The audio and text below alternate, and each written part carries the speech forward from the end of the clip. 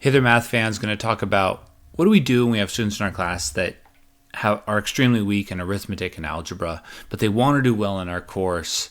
What can we do? So I'm going to give some advice here. Again, I'm not going to say that I have all the solutions. I do have some opinions here based off of 20 years of teaching 22,000 students, many of which are at many different levels. So I've encountered this a lot. And I think it's really important as an instructor that first we don't shun the mistakes, because we have students that see these things and they start sweating.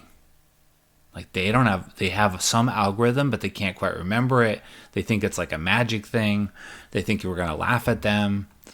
So we have to say, no. When that happens, when you feel that feeling of dread with simplifying as a student, or if you realize you get a WebAssign problem wrong because of an arithmetic error, that is like a piece of gold you have just found.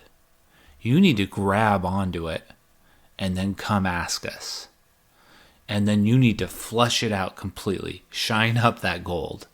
Because it's not that many things. Every one of these things that you can clear up is a thing that's going to make you do much better on our exams, and it's going to make you do much better in the rest of the term. So you are doing the homework partially panning for gold, panning for those little mistakes like this. So if the moment you feel this anxiety of, I don't know if I should distribute, make a note of that. And I think as instructors, we got to do this. The first time we encounter one of these things, we should say things like, hey, if you forgot this rule, you can think through it as x times x and x times x times x. So you can count and it's x to the fifth. I've been doing this for years, and students sometimes tell me that's the stuff that's the most valuable. These little moments at the beginning of each problem where I talk about the arithmetic. And I'll stop. And most instructors will not know this because they haven't had to deal with the lower level courses I've taught. It's only a moment of time, and sometimes it leads to, even the stronger students, it leads to a deeper understanding.